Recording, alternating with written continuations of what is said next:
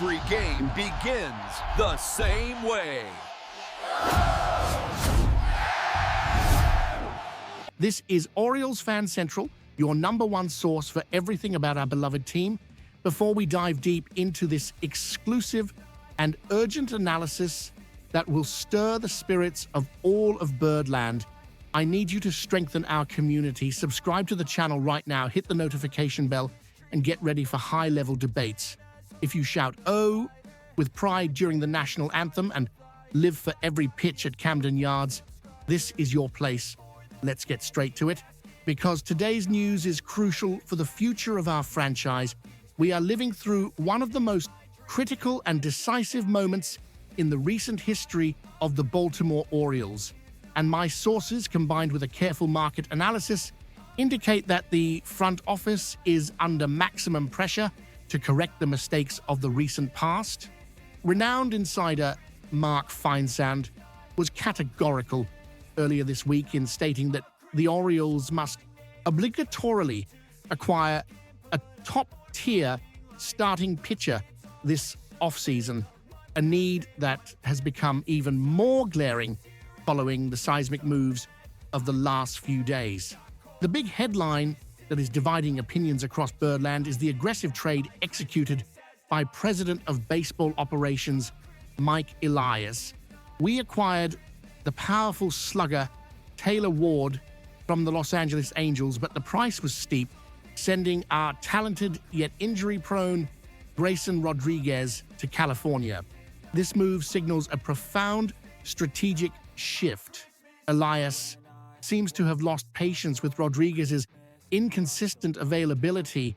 He hadn't pitched since the middle of the 2024 season, opting instead to strengthen an offense that already boasts stellar names like Adley Rutschman, Gunnar Henderson, and Jackson Holliday. However, by trading Rodriguez, we have created an even larger vacuum in our rotation, which was already fragile following the departure of Corbin Burnes last year, a loss that, as we saw, was catastrophic and cost us our competitiveness in the 2025 season. We cannot ignore the painful context in which we find ourselves. After consecutive and electrifying playoff appearances in 2023 and 2024, the 2025 campaign was a bucket of cold water for all of us passionate fans, finishing in last place in the American League East and witnessing the firing of manager Brandon Hyde in May was a harsh blow, exposing the front office's failure to adequately replace the departure of an ace like Burnes. The arrival of Taylor Ward undoubtedly brings necessary offensive firepower to complement Jordan Westburg, Colton Cowser, and Dylan Beavers, but baseball is won on the mound, and that is where the situation gets complicated. The current narrative is clear and alarming. We have a young, vibrant core of position players capable of producing runs in bunches, but our pitching staff is a dangerous question mark. Market analysis suggests that Mike Elias is aware that he cannot repeat the wait-and-see era that defined last season. The Rodriguez trade was a win-now move for the offense, but it left the defense exposed, demanding an immediate response in the free agent pitching market. The pressure now falls entirely on the shoulders of the front office to bring in a heavyweight name who can lead this rotation, because the fan base's patience after a year in the division cellar is practically exhausted, and we will accept nothing less than excellence.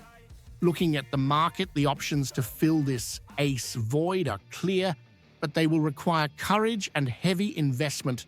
Experts point to names like Dylan Cease, Framber Valdez, Michael King, and even Japanese pitcher Tatsuya Imai as the primary targets that the Orioles must pursue aggressively. My detailed analysis of these targets reveals distinct scenarios for our financial and strategic future.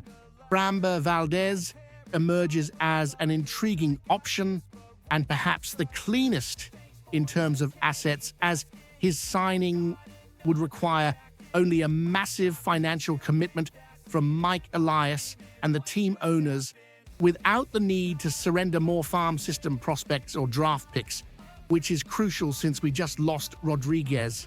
On the other hand, names like Dylan Cease and Michael King, while undeniable talents who would instantly transform our rotation, come with the burden of the rejected qualifying offer. This means that to bring them to Baltimore, we would have to surrender a valuable draft pick to the San Diego Padres, a cost that must be weighed carefully, but one that, in my view, is worth the risk, given our emergency situation. Let's be honest about our current rotation. Trevor Rogers, Kyle Bradish, Dean Creamer, Tyler Wells, and Cade Povich form a respectable group, but it lacks that animal at the top of the rotation, the guy who stops losing streaks and dominates in October games. Bradish has talent but needs support. Creamer and Wells are solid mid-rotation pieces, and Povich is still developing. Without the addition of a true number one, we are doomed to repeat the failure of 2025. The front office needs to understand that the window of competition with Henderson, Rutschman, and Holiday won't stay open forever.